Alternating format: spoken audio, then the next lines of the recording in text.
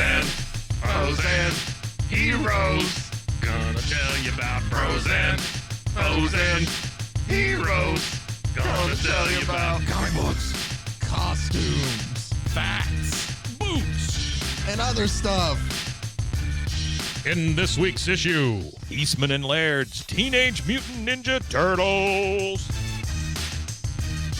Welcome into Bros, Foes, and Heroes. I'm Zach, joined as always by the closed off, shelled one. Ooh, Mike? closed off.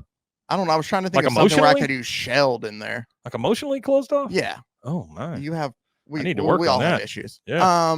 But it's Mr. Mike. I'm Zach. Again, I just What's up, introed boys the and show, girls? so I don't need to get into that. Yeah. Want to remind you guys that we've started something last week that will continue again this week. That we also have extra content coming It's out on called Wednesdays. scabies. Well, that too. Oh. But usually the doctor can help you with that, I think. In my You've not had great luck with doctors lately. So I got to go to the hospital again this weekend. Yeah. So that was fun. yeah, that's just part of your life now. It is now. Let's go to the hospital once a week. Once a week I go out and I test out the American healthcare system. mhm. Like that's my Thank God. go-to thing at this point. I mean, it's either you or John Travolta. So, Does he go to the well, he's Scientologist. I think they spot check the hospitals every once in a while. Oh, okay. I probably figured out they figured some reason that they said something bad against the church, then they- so that defines And someone. then to, they like, call move them to the themselves hospital. sailors. Some sort of nautical term. Oh man, Such a weird well, religion. I'm going to take what I was going to say is on Wednesdays we have World's Finest Wednesdays content. This week we will give you the continuation of the story from last week, where Superman gave wanted to donate all of his body parts to somebody worthy after he died. As far as we know right now, Superman is in chunks, Well, he was and he's been sold off piece by piece. to those bad guys. To bad who now guys. have all of his powers. Yeah. So we will have the conclusion of that story with World's Finest 190 on One Wednesday guy's this week. crotch is very hot. For today, though, this is something that I wanted us to dive into for a bit, just because what we know about it now is somewhat different than how it began. Also, there's still a lot of similarities. Absolutely. And that would be, as I get back, we're also trying something different with the way we shoot the show. But that would be, let's see if I can do this. Oh, There we go. I got a little. Eastman and Laird's Teenage Mutant Ninja Turtles. I got a Kevin little Eastman and Peter Laird, the two that created the comic back in 1984 is when this was released. 83, 84. We're going to cover issue 1. I went ahead and I read a couple so I can talk about issue 2, because somebody makes an appearance in issue 2 who is also a big part of the Teenage Mutant Ninja Turtle lore, I guess. Shredder. No, he's in issue 1. Captain America. No, Captain America was never. Vanilla Ice. We did have, if you want to go back and listen, there's also a comic That's about true. Vanilla There's Ice the we Vanilla covered. Ice one. Yeah, where he starts singing about turtles. What we're going to do is cover the first appearance of the Teenage Mutant Ninja Turtles. Now, a little bit of just backstory real quick before we dive in. This was something that Kevin Eastman and Peter Laird created together. I heard Eastman say that, like, when they made this first one, like they would hand pages back and forth to one another, like with the drawing and the dialogue and stuff. So you couldn't really tell where one stopped and the other began. So this is definitely like a group project between the two of them. You can see also a lot at the time. Frank Miller's Daredevil run was really big. So there's a lot of things from that you can kind of see from that. Also, they're both fans, or at least I heard Eastman bring it up, of like just Jack Kirby's action. It's like an homage and a parody and a lot of things all wrapped in one, but it was a very decent read. And I figured we'd go ahead and we would dive into the first appearance of Teenage Mutant Ninja Turtles. When I hear Eastman and Laird, I think it's like a photography company. They kind of sound like that, doesn't it? bit. It sounds like Eastman and Laird. We've been producing fine photographic equipment for 100 years. But the two of them, well, I can see that they got a loan from one of their uncles and scrapped up the amount, all the cash. That's really how they started this thing? To print. Wow. It took them $3,000, and they or however much it was, they printed the first 3,000 issues. $3,000 and a cloud of smoke. No, it was, I don't know. I meant to say 3,000 issues was the first print. And after they sold out of that, then they had to print more. And like, I watched a little documentary over the weekend where like Eastman's like, I found out that we can make like $2,000 a piece from doing issue 2. And we were like, oh, we should do issue 2 from this. Like, it sparked, this comic sparked a big, like, kind of renaissance almost, and well, not renaissance, but it ushered in the whole black and white comic phase. I will say that that was really big in the 80s. It really stood out to me because of that. I can remember going over here to Golden's and seeing some of those first issues. Yeah. And it's really cool in black and white. Also, once they colorized it, something that we won't get into because we have black and white, all their what do you want to call bandanas, the things that they wrapped around their eyes, were all red to begin with. There were no color differentiate, differences in colors. That came around with the cartoon series and the action figures. Like that was done for that.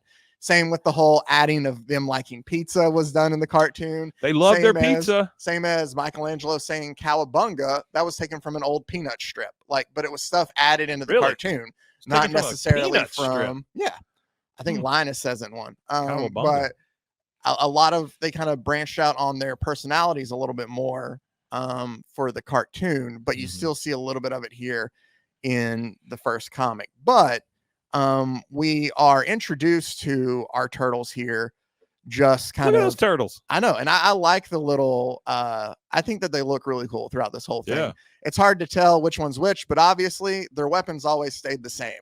Yeah. So Donatello always had the staff, Leonardo always had the sword, Raph always had the size, and Michelangelo always had the nunchakus.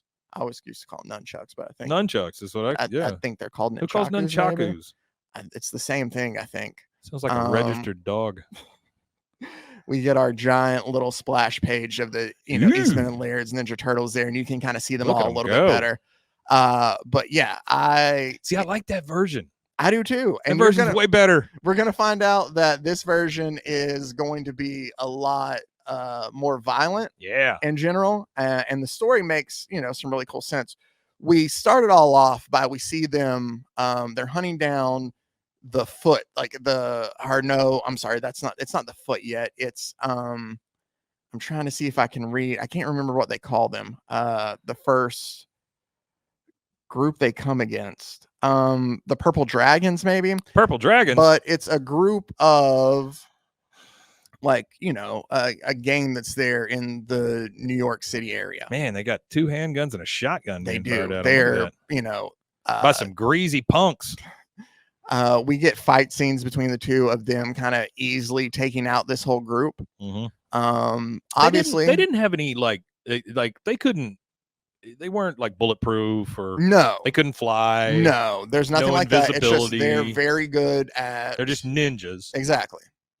That are turtles. Yes. Okay. Right. They're taught by, and we'll get to that. Anyway, I don't want to get too far ahead of myself. So they're able to take care of the gang there, and you can see there's blood on the page. It's a lot more just violent in general. There's a part, I think it's here, or maybe it's later on. Did I miss it? Oh yeah, it's here. Like you see Raph when he's running out with his twin size, and on that top right there, you see it looks like he's obviously, I would think, it's stuck both dudes in the stomach, kind of. Yeah. I don't think you come back from that. No. Or else you're kind of all, rearranged there. But rearranged. So it's a more violent comic in general of just they don't show restraint in a way, and we'll kind of get into that a little bit more. But so after they defeat this, first gang, they talk about how then they kind of just drift off into the sewers at night, where it's like them, like anywhere there's a manhole cover, like we can kind of disappear back into the shadows. Like that's what they do. They come out, they try to, help the city any way they can, and then they just kind of disappear because they don't want to, they would think that their appearance would probably throw some people off, and they're just there to kind of help those who can't, is what it makes. Do you remember the club that they would go to in Police Academy? No, I thought you were going to say in Ninja Turtles. It was like a dance club they went to in Police Academy. It was called the Manhole. Was it really? Yeah. No, I got to be honest. I'm not too caught Certain up things on stick with me. I don't know. I did love this shot of it here, of just like the whole cityscape there, because it makes it seem like it's just quiet, like they all just kind of disappeared again as they went away. But we are then introduced to Shredder here, and I'm going to go ahead and take our bar away while we do this for a bit. You see, like we're introduced to Shredder, and they come back and tell him like, hey, we've taken care of the of the group that we fought. And now Master Splinter against 15 foes is like how many we got. Like we took out a good amount. Is the origin in here as well? Okay. That's what we're about to get into it. Okay. All right. So Splinter essentially tells him, and that's why I'm going to take myself off here while we do this. Splinter essentially tells them their origin story of how he was a young rat, a pet, and he like stayed in his cage, but he had a master, and the master, Yoshi, does it say his name yet? It might come up a little bit later. Yoshi, that little thing that Mario the dinosaur from Mario. Yeah. No, but he talks about there we go. I can't zoom in. I love how that works, but it's that's okay. Hamato Yoshi. Hamato Yoshi. His name. There we go. I had to kind of look in and pull out my readers for a bit. And he tells him that essentially, like, he was one of the best of all the like shadow warriors is this group that he works with there, and that he was his pet, but he stayed and he would watch him like practice his kung fu and stuff. Right. And even as a rat in a cage, no Smashing Pumpkins reference there. They are. He would go through and like do all the moves and stuff too. And he essentially learned, martial arts from his master. That was also his owner there as a pet. We then also get to see though that there was a young woman, like there usually always is. So he was just a rat. He's a regular rat who just started talking and learning karate. No. We'll get to that. We're going to get into that a little bit. All right. Okay. He's like, he gives a big, long, explanation. I mean, I'm just trying to figure out how this happened. He does say that Yoshi was one of the famous Foot Clan, which is a Daredevil reference because there is the hand in Daredevil. There is the foot in Ninja Turtles. Yeah. Also, we'll find another reference, I guess, or another callback. There's a lot of references to Daredevil at the time, which was really big, that Frank Miller had a really big run on at the time. So, but while they're there, or what we find out is that there is a lady that both Yoshi, his master Yoshi, is fond of, as well as another man named Tang Shin. Now Splinter tells the turtles that essentially like Tang Shin loved the woman, but was jealous because obviously she liked Yoshi more. He looks like Jackie Chan a little bit. So Yoshi shows up one day, like Sheen is like, you either love me or else, and she's like, no, like I love Yoshi. Yeah. And so he actually starts, we have abuse in here. He starts beating up this woman. Oh my God. And that's where like Yoshi shows up and is just kind of blinded by rage of seeing this, like the woman he loves, like, just kind of beaten and bruised by this other man. And so he ends up in his rage, like in fighting, ends up killing Tang Shin. Jeez. He decides, hey, this is already way more violent than for sure any of the other stuff. He decides, hey, I can either like commit suicide and like try to be like, I guess respectable there because what I did, or we can try to escape over to America to get away from this, where the two of us can kind of live our lives together. Okay. So that's what they decide to do. While they have the funeral for Tang Shin, his brother is very much kind of a hothead and learns and ends up becoming like the best warrior there in the entire Foot Clan. And his main goal is the Foot Clan bad or good at this point? They're bad. I mean, they're a bunch of they're essentially bad. Okay. Is what we're going to say. Right. But his brother, who again, it's so small for me on here that it's hard to read. There we go. I know this is great for Saki. Good audio. Is the Saki. Yeah, the younger brother is Saki. Rice wine. And so Saki, like it says, the Foot Clan kind of took a hold of his anger as they used it to train him, as he like was just purposely like, hey, I just want to get revenge on Foot Clan. Took him by the ankles. They did. I just want to get revenge on Yoshi for killing my brother. And so like that kind of takes over him. Even though he's one of the younger ones, like he ends up becoming like this massive, or they look at his skill as improving so much that he's essentially the best warrior in the group. And they let him be the leader of the Foot Clan. And this is Shang-Chi's brother. Shang-Chi I feel is the Marvel character. I should have names. You're good. But it is the younger brother of the guy who died. Who killed, yes. Gotcha. Who Yoshi killed. So now he's the big toe. So now he's the big toad. Okay. Is that what you said? Big toe. Yeah. Toe. I Yeah. thought you said toad, like a Mario reference. No, I meant don't know toe. why. Yeah. Toe. So what Saki ends up becoming is the Shredder, is what he eventually adopts the moniker, like the So he becomes Shredder. The younger brother becomes Shredder. Okay. And so he goes back to New York to look for Yoshi and his wife now, because he is finally, it's about 15 years later. Right. But he's going to get the revenge on, Yoshi for killing his brother. Is that the entire thing? Like, that's why Shredder was born? In this one, yeah. In the original issue. That's why. To get revenge for his brother's death. Wow. And so he's there, and Yoshi for some reason I comes thought home. it was more than that. I thought it was bigger than that. I mean, it's been added. Here's the thing, is there's so many different iterations of these characters now.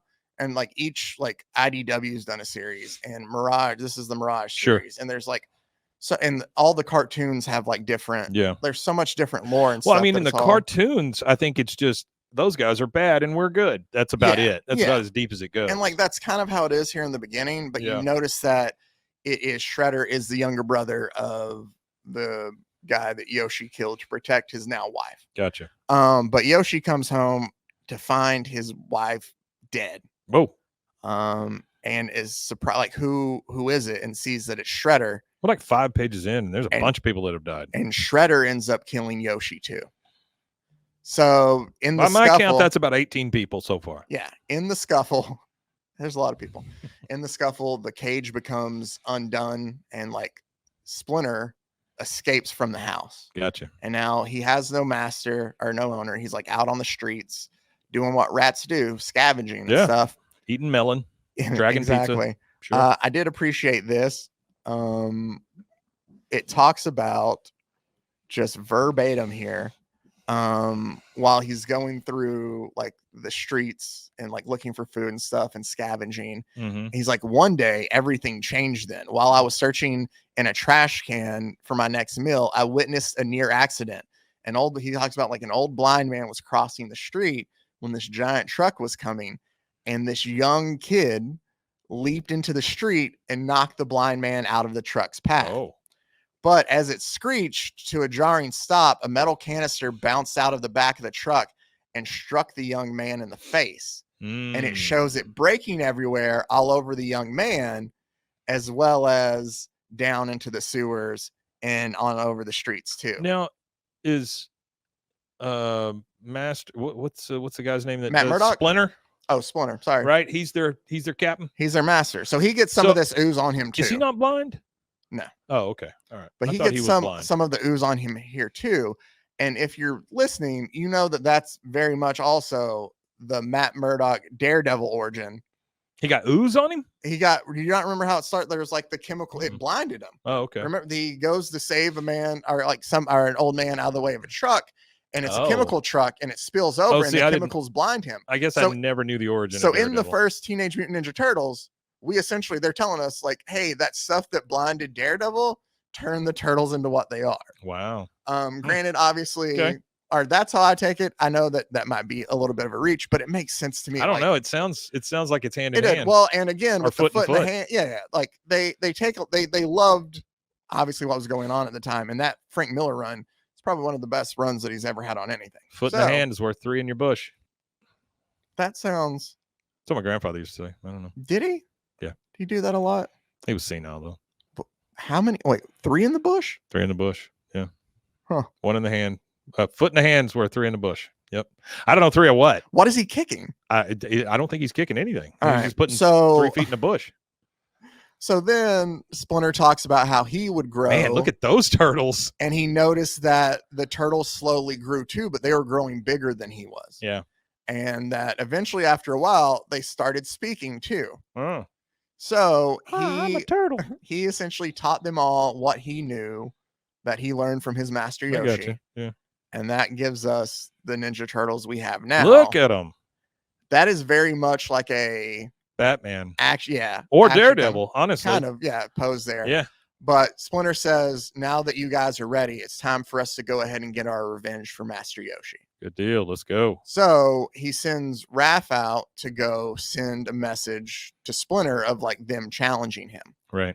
So Raph goes through the city and it shows him like get to where Splinter's hideout is, and he takes out a couple guards before alerting anybody. And Splinter is actually meeting with somebody or with a group where he's like, my group will offer you protection, and you know, like we'll be able to take care of you no matter what. And about that time, one of Raph's size that he has a note tied around, and he throws it through the window there, gets stuck to the wall, and they're like, okay, you're gonna protect us, and you stuck to a man's skull. Like, you're gonna protect us, and you can't even protect people from like breaking into your own hideout. Yeah, like, well, we're good. Fair point. So what they do there then is he unravels the note and he looks at it and reads it and sees it's like, hey, we're challenging you to like a rap battle. Yeah, it is. We're challenging you to a rap battle. You can bring your own beatboxer, or you can provide your own beats, but we need to bring know your own cardboard. Sure. No, it's essentially telling them like, hey, tomorrow night, they give them 24 hours. Like tomorrow night, we're challenging you. And kind of like you know, to avenge Yoshi's death. Because your dad can't just buy a mountain and close the ski school. We're gonna have a bake sale. So they all show up on top of the building. Here's Warrant to help sell some tickets so that we can save the town. They show up and they meet Shredder. I always thought Shredder was cool looking. Shredder is very cool. He is kind of cool when especially standing next to a bunch of turtles. Oh, you know, for sure. He looks kind of cool. And so even here, like, he looks really cool. Yeah. So it's 4-on-1 essentially. Like, I love that Shredder art there. He looks like a character you would find in like Mortal Kombat. Yes, very much so. Yeah. He kind of looks like Shao Kahn from Mortal Kombat. That's what I was thinking of Shao Kahn. Yeah. Had like the bone mask. I love how you just go along with it. Like, I was thinking Shao Kahn. Yeah. That's what I was thinking. Anyway, so while they're there on top of the building, this large knockdown drag out fight kind of takes place. That'll happen. It's a lot of action here. I'm sorry. Before he does, he tells him, he's like, you didn't think that I was stupid enough to come alone then. Like, it's 1 versus 4. So he has other Foot Clan members that he sends out. And there's a lot of nice action in this first issue. And it's the 4 turtles battling all the other ninjas that came with Shredder there. Does anyone ever call them mutants? Not mutants. Did I call them mutants? No, I'm saying it's Mutant Ninja Turtles. So I get the teenage, I get the ninja, I get the turtles. From the mutagen. Right, but does anybody ever call them mutants? Maybe. Okay. I read just the first 2 issues. Yeah, just wondering. I mean, because it's in the name, right? But does anybody ever say the whole name? Teenage Mutant Ninja Turtles. Yeah. Teenage Mutant Ninja. They're heroes in a half shell. Turtle Power. Which is different from Nintendo Power. For sure. Completely different. But they were also in that too, I'm sure, probably. Like the Battletoads were in there. Hey, so it's America's sportscaster, Cam. Hey. The grin and say hi, Cam. And the shocker for some reason. Is. So we'll be done in a second. So our turtles are wrapping it up. They are. They're getting close to it. So what we have here then is the giant battle as they're able to knock out and take care of all the other ninjas. I just love that art. I think that art is really cool. From the beginning, it's really good. It's cartoony, but it's action, and so what you're looking at there, that's very close to the way I draw things. Like, I do a lot of shading and, you know, black and white. That's the I'm not saying my art is near as good as this. I'm just saying that's the way I like to draw. Mm-hmm. Your art's not as good as that? No. Well, now you're just being maybe. I don't know.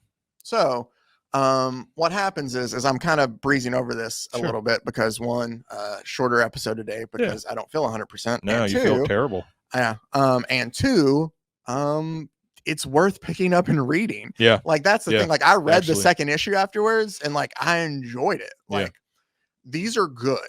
And again, I've always been one that I don't want to give away everything because I want you to be able to find little things in there too still of like, you know, the general basis. You haven't told them they're turtles yet, have you? No, I haven't. Okay, but it's like, I want it to be like, if you want to decide to go read it and you read it, like you find new things still they're reading it. But so they have this massive, just big knockdown drag out fight with Shredder. and Shredder is just taking care of each one of them. Like they run at him and he just like lays them to the side, or he's like, punch to the gut. Like Shredder is a better fighter than all the turtles. And they kind of realize that until they decide, oh, we'll do this as teamwork then. And so like they kind of bombard him with like somebody throws stars, and while somebody's throwing stars, like Donatello goes in and like kind of gives him like a hit with the staff, or Raph will throw hit, like he's having to dodge multiple things. Yeah. And so that's where they're able to take care of, like he's focusing on everything else. And so Leonardo kind of goes in for, I think it's Leonardo here at the end. They bust off. Yeah, look at all the blood there on Shredder's chest, but like that's Donnie with the staff to the back. When was this from? 83, 84. Little did we know that's where Walmart got their logo, down there at the bottom. Oh, it's like the Walmart logo. I see that. Yeah. But as Leonardo like dives at Shredder, you can see that Leonardo sword straight through Shredder. Right through him. Right through him. And as they're sitting there, they bring up, they're like, hey, all right, like you've been defeated. Do you have like, to tell a guy he's been defeated once they you tell him, fatally like, stabbed him? now you're beaten, like you're bleeding out, like he's like, so finish it, you fools, I'm helpless, like slay me now. And they're like, no, slay me now. I was like, no, we don't do that, we're turtles, not Finish dogs without honor, like Yeah. you for just showing up and Yeah. And they're like, unlike you, Oroku Saki, which is his full name, so they know him, and they're like, we'll grant you the chance to redeem your honor. You can take this blade and commit seppuku, which is suicide. Yeah. And he's like, never. And he's like, all right, fine. If I must, then I'll kill myself. I will, but I'll take you turtles with me. Oh. And he pulls out a thermite grenade. Oh boy. And about that time, as he pulls the pin of the thermite grenade, Donnie throws his staff over, knocking Shredder over the edge. And as you can see, it's kind of hard to tell in black and white. He fell over a wall. He fell over the wall, the top of the building. Like they're at the top of a building, yeah. And he's falling down, and the grenade goes off. You can kind of see down in the bottom right, like it's lighter. It's lit up, blast. Yeah. And then they're talking about it's over. Like our mission is accomplished. The master's been avenged. All right, let's go home. Like they're all beaten and just kind of like really cut up and bad. And as they walk away, they notice like Shredder's armor down there at the bottom, and one of them picks it up and it goes, it seems that Shredder has been shredded. Bum, bum, bum. Bum, bum, bum. And then our final. Ooh, I like that. That's a nice They just panel. toss the arm thing away. They don't care. Yeah. And they're like, we are the Teenage Mutant Ninja Turtles. We strike hard and fade away into the night. And that's where issue 1 ends. So you ask, or maybe I do really ask, like Mike, that piece though, right there. I do too. Like cool. there's a lot of great pieces. A lot like of drawing, that. a lot of action in it. So you might ask yourself, Shredder died in the very first issue? Yeah. That's their big bad. It is.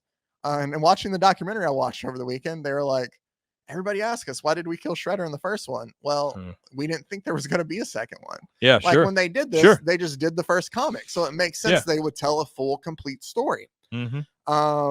But like this all started, they were watching, to add a little history there, because I watched, is really interesting.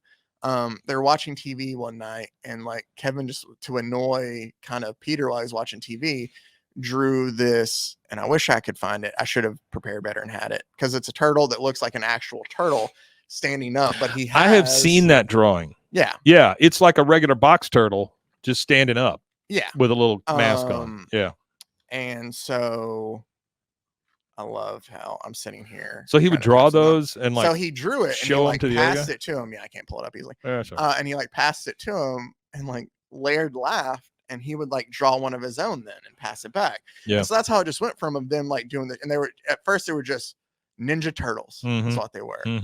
And then they kind of came up with the Teenage Mutant part of it to kind of like, make it a little bit more ridiculous and make it, like it just fit and it flowed better. Sure. I went ahead and I read issue 2 as well. And there's just some things that I wanted to bring up from that I liked. I read the first 2 issues, and they're both great, both standalone stories. Oh, are they? And like, I think they did 11 issues, 13 issues, the 2 of them, before they kind of passed it off to other like guest writers and artists and stuff. When did it actually break? Like when it came, so like that first issue there that we just read, After those 3,000 sold, Mm-hmm. they wanted more, and they wanted more, Mm-hmm. and they wanted more. Yeah. When you have something very popular, at least at the time, second printings were a thing because obviously how popular it was. Sure. Yeah. They got all the way up to fifth printings. Like this thing, like the comic was a massive hit that they didn't think they, no. And then they were able to get I think it was Kenner with the toy deal afterwards. That's actually what I was gonna. And then the cartoon came out in 87, just like 2 years later.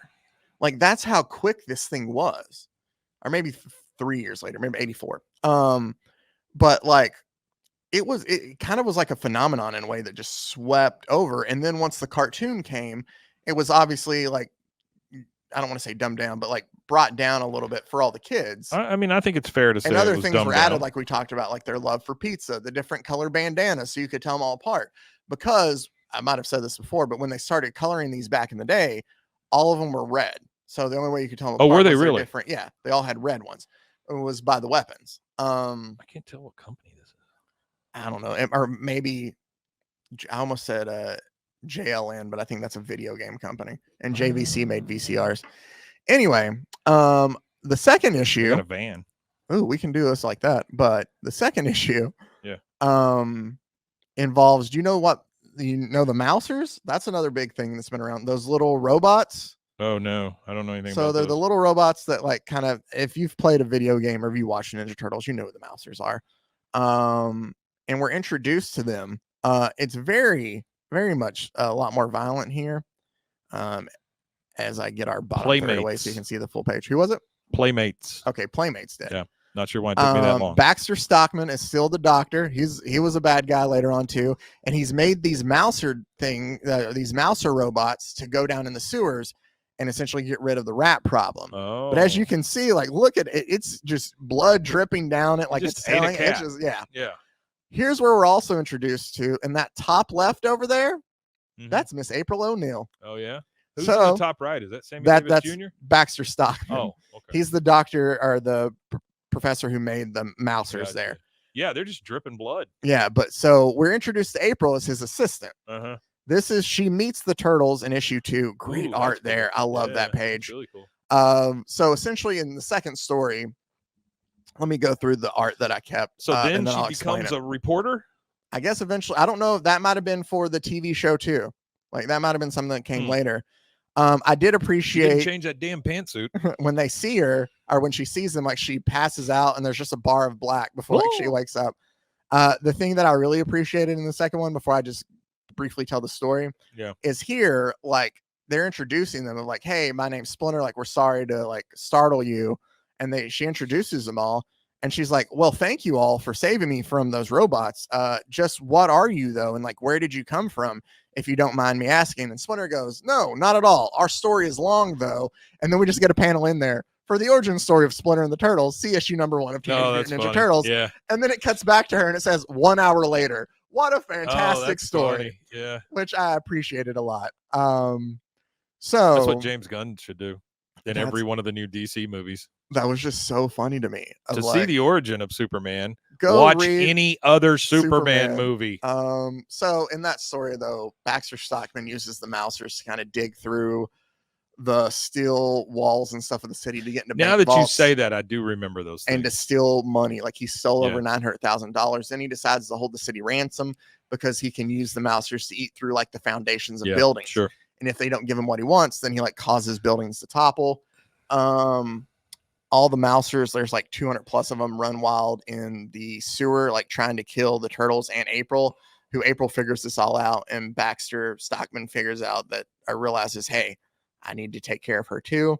Donatello works with April. He's the smart one still in this. Yeah. To figure out like a computer virus or a way to reset the power to like kill all of their, like to essentially stop all of them before they attack them, all which they're able to do at the end. But excuse me.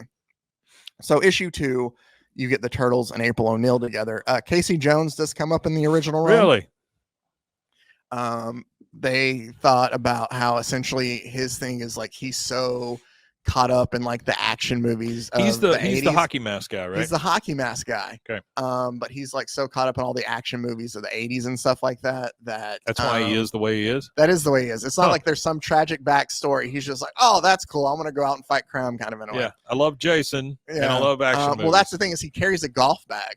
And in that golf bag, I think that was a Peter Laird I did. Kevin Eastman was in that golf bag. He has like a baseball bat and a golf club, and like he has just random sports stuff in there. That was always his deal, though, right? A baseball bat.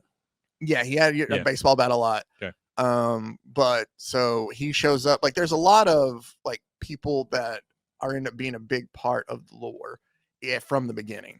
But there you go. So that was the first, Teenage Mutant Ninja Turtles. Different way to shoot it this week. Hopefully that works out well. We can try it. We'll play around with it in the future. If you're listening on audio, then it doesn't matter because there you go. I mean, you didn't watch any of it. But that you didn't does get it. To see me in my fantastic get up Face, mask, I'm not wearing a mask.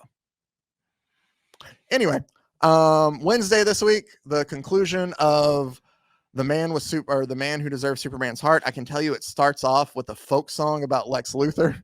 Really? That is fantastic. Because it's talking about how Lex, just kind of he stole all Superman's parts and he's created all these bad guys. Yeah. And we get the conclusion of how they're able to stop the Big Four, which it is something, Mike. It's a lot of concerns you brought up in the first one that will be answered in the second one here. I just want to know where all this crap went. I mean, and I don't think they really cut up Superman. I think they cut up somebody else, but don't tell me. All right. Well, you'll have to wait till Wednesday to find out. As always, thank you guys for taking the time out to watch and or listen. Yes. Make sure to check out the other podcasts on the Rogue Media Network family of stations. RogueMediaNetwork.com.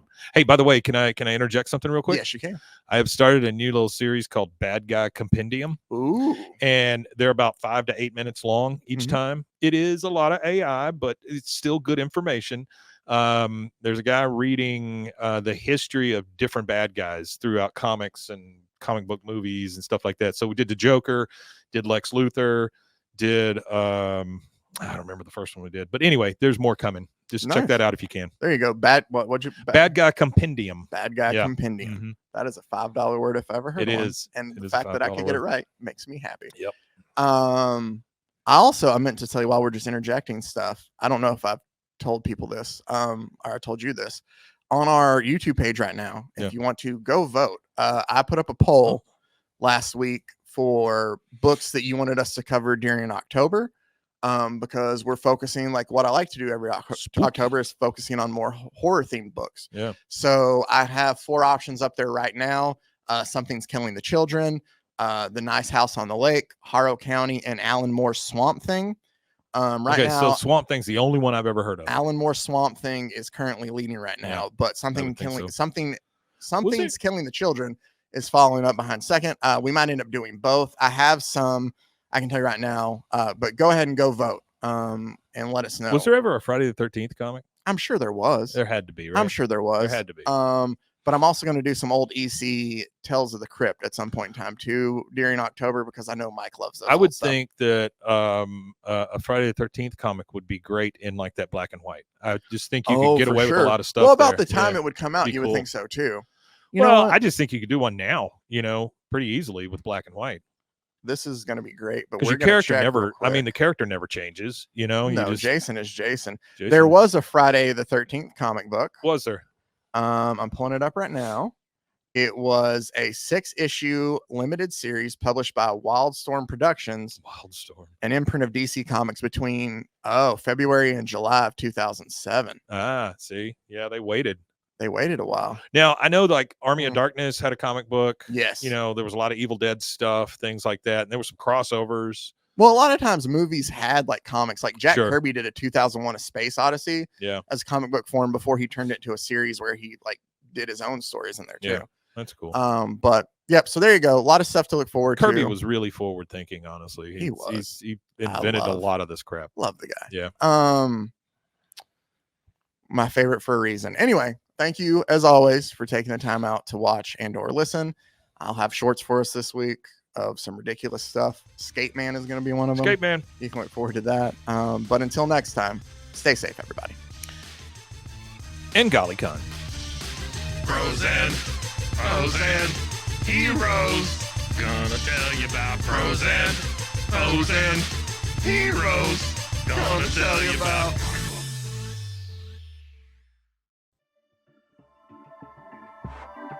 This has been a Rogue Media Network production.